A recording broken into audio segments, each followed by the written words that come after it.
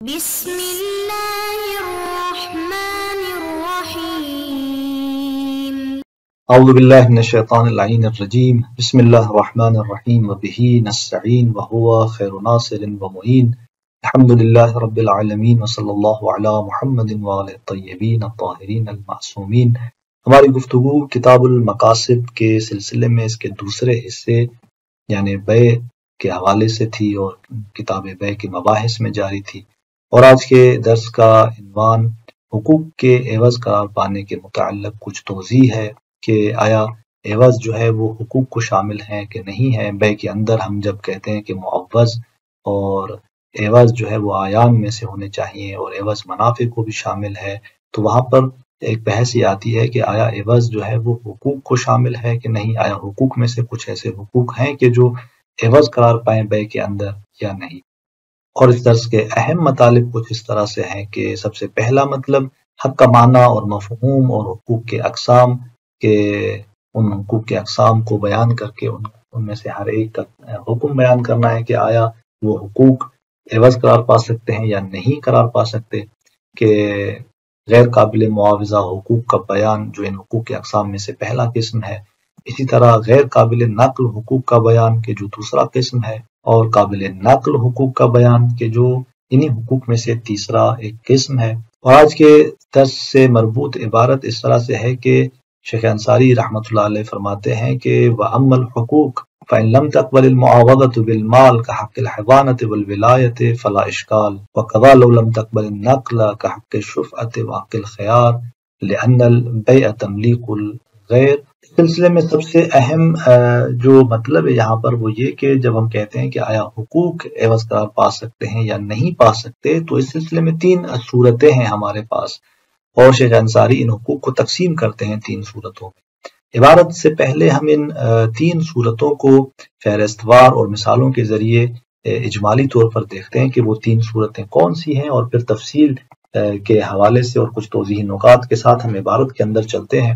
تو وہ تین صورتیں اس طرح سے ہیں کہ سب سے پہلی صورت یہ کہ وہ حقوق جو معاوضے کے قابل نہیں ہیں، یعنی کسی بھی اعتبار سے ان حقوق کے حوالے سے کوئی عوض نہیں دیا جا سکتا اور انہیں خریدا نہیں جا سکتا، دوسرے الفاظ میں یعنی نہ انہیں دوسرے کو منتقل کیا جا سکتا ہے اور نہ ساقط کیا جا سکتا ہے، یعنی ایسا نہیں ممکن کہ آپ عوض دے کر ان حقوق کو منتقل کریں یا اس شخص کو کہ جس کے حق میں اس طرح کے حقوق ہیں انہیں کہا جائے کہ اس عوض کے مقابلے میں وہ ان حقوق کو استعمال نہ کرے اور وہ ان حقوق کو ساقط کر دے۔ تو اس طرح نہیں، یہ حقوق جو ہیں وہ نہ تو قابل نقل ہیں اور نہ قابل اسقاط ہیں۔ کی مثال جیسے حق حضانت یعنی پرورش کا حق ہے کہ جو بچوں کے سلسلے میں والدین کو حاصل ہوتا ہے، اور حق سرپرستی ہے کہ بچوں کے حوالے سے ولایت اور سرپرستی کا حق جو کہ والد کو ہوتا ہے، یہ وہ حقوق ہیں کہ جو قابل معاوضہ نہیں ہے، نہ انہیں منتقل کیا جا سکتا ہے اور نہ یہ اسقاط کے قابل ہیں، لہذا یہ حقوق عوض قرار نہیں پا سکتے، بیع کے اندر انہیں عوض نہیں بنایا جا سکتا کسی بھی چیز کے حوالے سے۔ دوسری قسم یہاں پر وہ حقوق کہ جو معاوضے کے قابل ہیں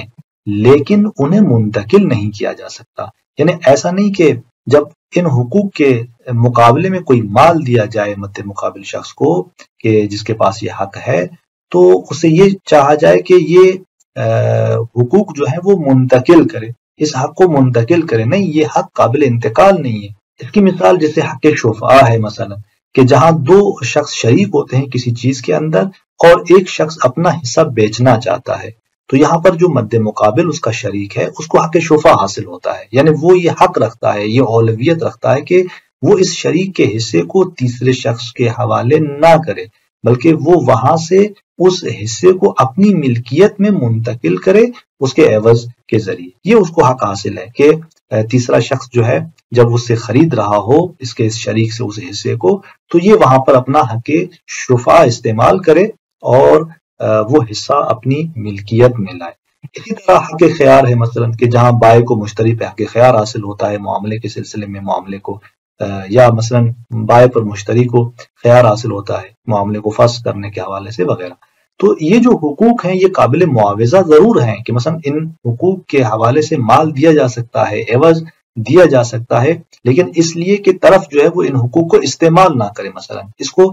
ساکت کرنے کے لیے، لیکن نہ یہ کہ ان کو نقل کرنے کے لیے کوئی مال دیا جا سکتا ہے، نہیں، یہ قابل انتقال نہیں ہے۔ تو لہٰذا یہ حقوق عوض قرار نہیں پا سکتے، جس طرح پہلے والے حقوق عوض قرار نہیں پا سکتے تھے کسی بیع کے اندر۔ پھر انہی حقوق کے اقسام میں سے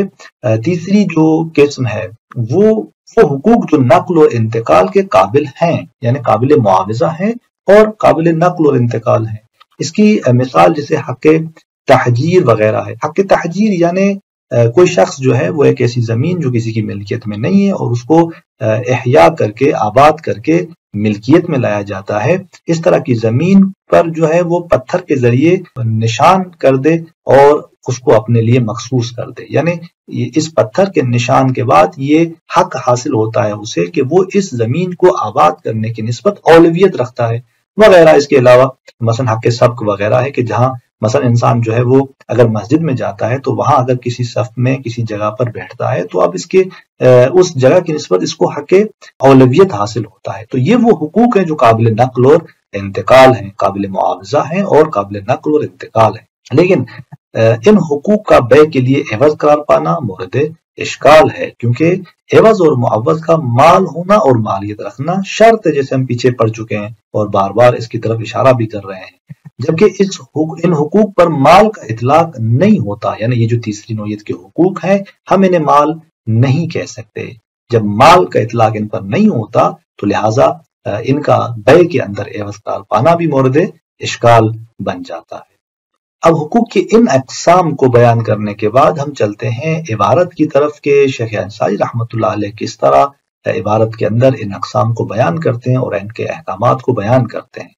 وَأَمَّا الْحُقُوق فرماتے ہیں کہ یہ جو حقوق ہیں، یہاں پر ضروری ہے کہ ہم حق کا معنی اور مفہوم جانیں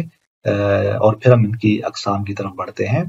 حق یعنی کسی چیز پر سلطنت اس طرح سے کہ اس کا اختیار صاحب حق کے ہاتھ میں ہو، اور وہ یعنی اختیار رکھتا ہے اس چیز کی نسبت، وہ اولویت پیدا کرتا ہے اس چیز کی نسبت اسی سلطنت کی وجہ سے۔ لہذا صاحب حق چاہے اس حق کا استعمال کرے یا اسے ساکت کرے یا اسے کسی اور کی طرف منتقل کرے،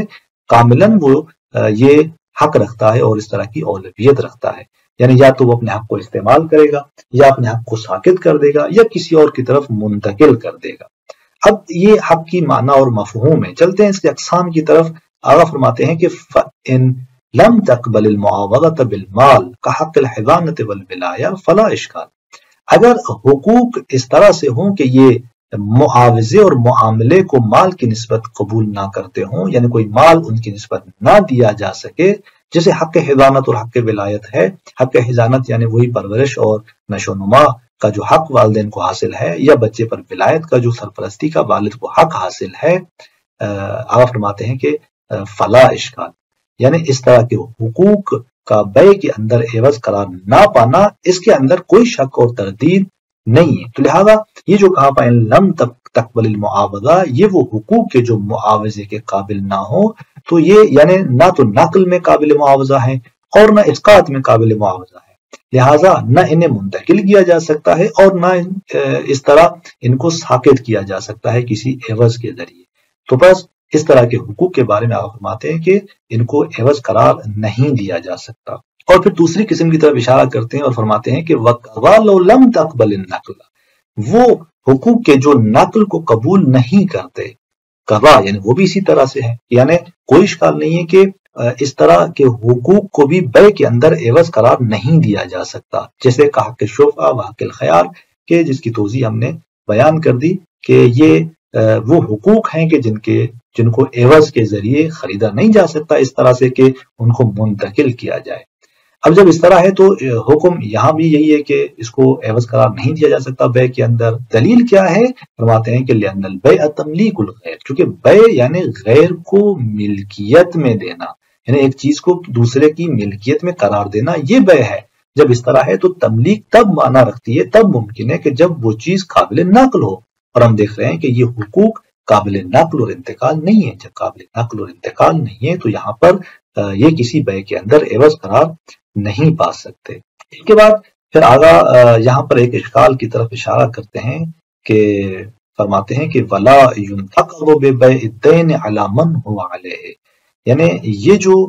ہم نے بات کی کہ حق شفعہ اور حق خیار جیسے یہ جو ہیں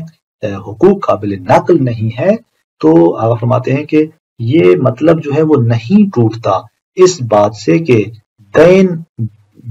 کی بے ہو علی من ہو علیہ، اس شخص پر کہ جس پر یہ دین ہے، یعنی مقروض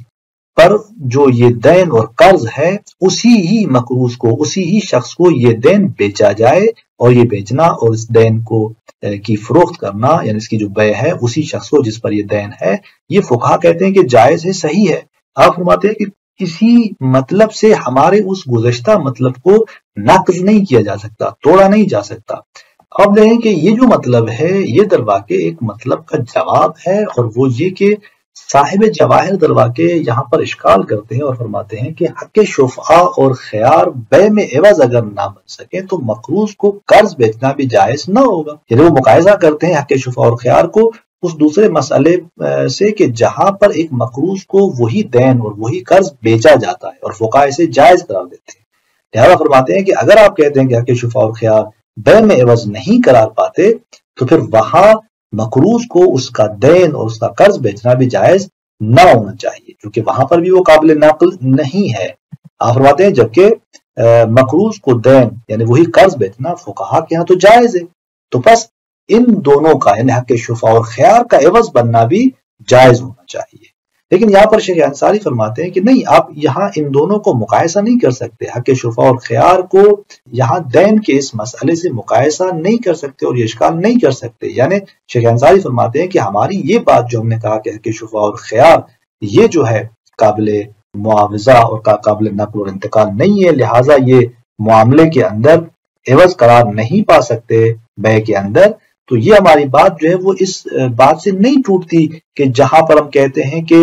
دین کی جو بے ہے علامن اس شخص پر کہ ہوا علیہ کہ جس پر وہ دین ہے، یعنی اس مقروض پر اسی جس پر وہ دین ہے اسی کو وہ دین بیچنا، یہ جو بیچنا درست ہے، اسی مسئلے سے ہماری وہ بات نقض نہیں ہوتی۔ کیوں نقض نہیں ہوتی؟ فرماتے ہیں کہ لأنه لا مانع من كونه تملیکا فیسقط، اس لیے کہ یہ جو جہاں اس مقروض کو وہی دین بیچا جا رہا ہے معنی نہیں ہے کہ یہ تملیک ہو، یعنی اس دین کو اسی کی ملکیت میں قرار دیا جائے، اسی مقروض کو وہی دین جو اس کے ذمہ پر ہے وہ اس کی ملکیت میں قرار دیا جائے، اس کا کوئی معنی نہیں ہے کہ فیض کو تو یعنی جیسے ہی یہ دین اسے بیچا جائے گا، یعنی وہ مقروض جیسے ہی اس کو یہی قرض اور دین بیچا جائے گا تو اس تملیک کے بعد ایک لحظہ وہ دین جو اس کی ملکیت میں آتا ہے فیض کو تو وہ ساقط ہو جاتا ہے، یعنی وہاں پر وہ جو مقروض ہے وہ ایسا نہیں کہ اپنے ذمے کا مالک ہو جائے، بلکہ جیسے ہی دین اسے بیچا گیا ایک لحظہ وہ اس کی ملکیت میں آتا ہے، اور وہاں اس کا لازمہ یہ ہوتا ہے کہ فوراً وہ اس کا ذمہ بری ہو جاتا ہے اور وہ ساقط ہو جاتا ہے دین اس کے اس ذمے سے۔ پھر ایک شاہد یہاں پر شیخ انصاری لاتے ہیں اس بات کے لیے کہ دیکھیں یہ جو ہم بات کر رہے ہیں کہ دین والے اس مسئلے میں یہ اس کا تملیک بننا معنی نہیں رکھتا، یعنی جب آپ مقروض کو اس کا دین بیچتے ہیں تو یہ اس تملیک کے باب سے ہے، لہذا یہاں بیع درست ہے۔ اس کے لیے ایک شاہد لاتے ہیں، فرماتے ہیں کہ وَلِذَا جَعَلَ الشَّهِيدُ فِي قَوَائِدِهِ الْإِبْرَاءَ مُرَدَّدًا بَيْنَ الْإِسْقَاطِ وَالتَّمْلِيكِ، یعنی شہید اول نے اپنی کتاب قواعد کے اندر ابراء کو مردد قرار دیا ہے اسقاط اور تملیک کے درمیان۔ ابراء کا مطلب کیا ہے؟ یعنی قرض خواہ مقروض کو یہ کہے کہ ابرأت ذمتک، جیسے ہی وہ یہ کہتا ہے کہ ابرأت ذمتک تو یہ جو ابراء حاصل ہوتا ہے اس جملے سے، شہید فرماتے ہیں کہ یہ مردد ہے دو صورتوں میں، کہ یہ جو اس نے کہا یا تو یہ اسقاط ہے یعنی مدیون یعنی وہ جو مقروض ہے اس کے ذمے کو بری کیا جا رہا ہے، اس کا ذمہ بری ہو جاتا ہے، یا یہ تملیک ہے یعنی یہ کہ وہ جو مقروض ہے یہ دین اس کی ملکیت میں آتا ہے اور جیسے ہی اس کی ملکیت میں آتا ہے وہ اس اپنے ذمے پر آئے ہوئے اس دین کے مالک بننے کے بعد خود بخود ایک لحظہ اس کی ملکیت میں یہ آتا ہے اور وہاں سے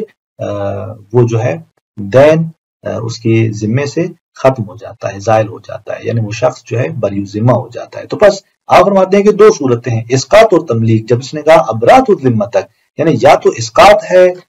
ہے یعنی اس مقروض کا ذمہ بری ہو گیا اس کہنے سے، یا یہ کہ تملیک ہے یعنی جو دائن تھا جس نے قرض دیا تھا، وہ جو قرض خواہ تھا،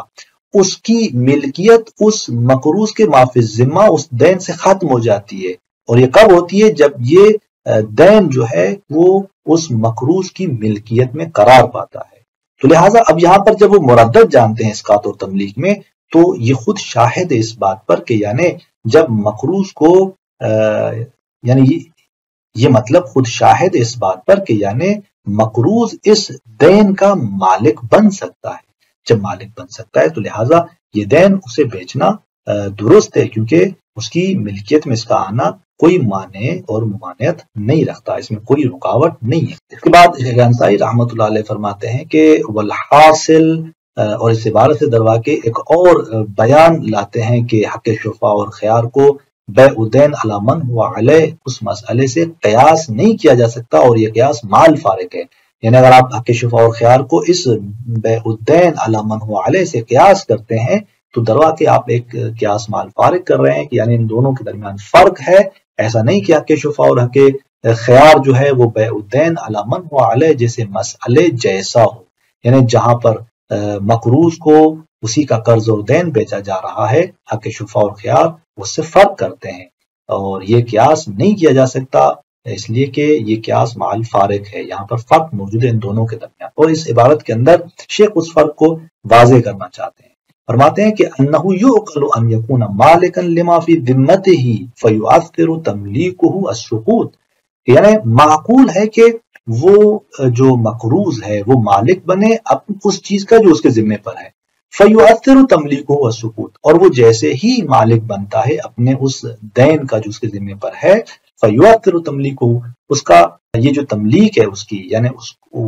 یہ دین کا اس کی ملکیت میں آنا، یہ سبب بنتا ہے سقوط کا، یعنی جیسے ہی وہ مالک بنتا ہے معافی ذمہ کا تو اس کا ذمہ بری ہو جاتا ہے، وہ دین اس کے ذمے سے ساقط ہو جاتا ہے، اور یہ بات معقول ہے۔ جب معقول ہے تو یہاں پر دین کو اسے بیچنا بھی درست ہے۔ ولا یعقل ان یتسلط علی نفسہ، جبکہ معقول نہیں ہے کہ انسان اپنے آپ پر مسلط ہو جائے اور اپنے آپ پر جو ہے وہ غلبہ پیدا کرے، یعنی وہی ایک شخص مسلط بھی ہو اور وہی مسلط علیہ بھی ہو، یعنی وہی ایک شخص مسلط بھی ہو اور وہی مسلط علیہ بھی ہو، یعنی خود مسلط ہے اور وہ جو مسلط علیہ ہے وہ بھی یہی خود ہے۔ اور یہ کہ ایک انسان مسلط بھی ہو اور مسلط علیہ بھی ہو، یہ کہاں پر لازم آ رہا ہے؟ یہ حق شفاء اور حق خیار میں لازم آ رہا ہے۔ کیسے؟ والسر ان هذا الحق سلطنۃ فعلیۃ لا يعقل قیام طرفها بشخص واحد، یعنی راز اس کا یہ ہے کہ یہ کیوں فرق پایا جاتا ہے ان دو مسئلوں کے درمیان۔ فرماتے ہیں کہ یہ جو حق ہے یعنی حق شفاء اور یہ حق خیار، یہ سلطنت فعلی ہے، یعنی ایک طرف سے حق رکھنے والا ہے یعنی ذی الحق ہے، اور دوسری جانب سے من علیہ الحق ہے کہ جس کے نقصان پر وہ حق ہے، اور وہ ذی الحق جو ہے اس من علیہ الحق پر سلطنت رکھتا ہے، جیسے کہ شریک اپنے دوسرے شریک پر حق شفاء کی وجہ سے ایک سلطنت رکھتا ہے، یا مثلا بائع خیار کی وجہ سے مشتری پر مثلا ایک سلطنت رکھتا ہے۔ تو یہاں پر اس طرح سے ایک سلطنت فعلی ہے یہ حق دروا کے، اور پھر اس حق کے جو دو طرف ہیں وہ یعنی ایک طرف من لہ الحق اور اس کا دوسرا طرف جو کہ من علیہ الحق ہے، یہ جو دو طرف ہیں اس سلطنت فعلی کے، یہ ایک شخص سے قائم نہیں ہو سکتے۔ معقول نہیں ہے کہ یہ دو طرف قائم ہو ایک ہی شخص سے، یعنی ایک ہی شخص من لہ الحق بھی ہو اور وہی شخص من علیہ الحق بھی ہو، یعنی وہی شخص حق رکھتا ہو اور یہ وہی شخص ہو کہ جس کے نقصان میں حق ہو، یہ نہیں ہو سکتا، جو کہ یہ تناقض ہے، اور یہ دو طرف ایک شخص سے وابستہ نہیں ہو سکتے۔ اب آپ دیکھیں کہ اگر آپ اس حق شفاء اور خیار کے اندر عوض دے کے اگر آپ یہ حق خرید لیتے ہیں تو یہاں پر کیا مشکل پیش آتی ہے؟ مشکل یہ پیش آتی ہے کہ حق شفاء اور خیار کو ہم یہ کہیں کہ یہ قابل نقل ہے اور آپ عوض دے کر اس کو خرید سکتے ہیں، تو اس کا مطلب یہ ہوگا کہ جیسے ہی آپ نے یہ حق شفاء خریدا اور آپ اس کے مالک بنے تو آپ کیا بن گئے؟ من لہ الحق، یعنی جس کے نفع میں یہ حق ہے، اور اس طرف سے خود حق شفاء اور حق خیار کس کے نقصان میں تھا؟ یہ اس دوسرے شریک کی جانب سے یہ حق آپ کے نقصان میں تھا، اور آپ نے اس کو خرید لیا ہے، تو آپ من لہ الحق بھی بن گئے اور من علیہ الحق بھی بن گئے، یعنی یہاں پر ایک ہی شخص جب یہ حق شفع اور خیار کو خریدتا ہے اور اگر ہم اس کے قابل نقل ہونے کے قائل ہو جاتے ہیں تو یہاں پر کیا بن جاتا ہے؟ مشکل یہ پیش آتی ہے کہ ایک ہی شخص مسلط بھی ہے اور وہی شخص مسلط علیہ بھی ہے، اور یہ درست نہیں ہے۔ جبکہ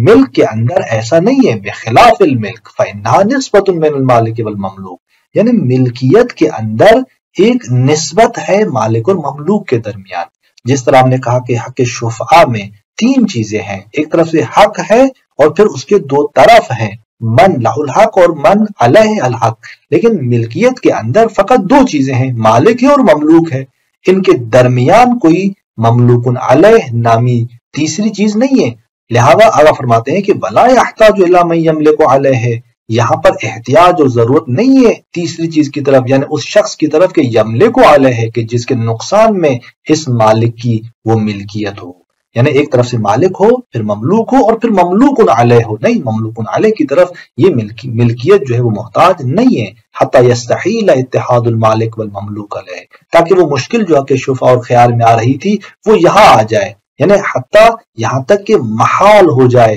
مالک اور مملوک کا اتحاد اس ملکیت والے مسئلے میں، نہیں، ملک کے اندر اس طرح کی کوئی مشکل جو ہے وہ پیش نہیں آتی۔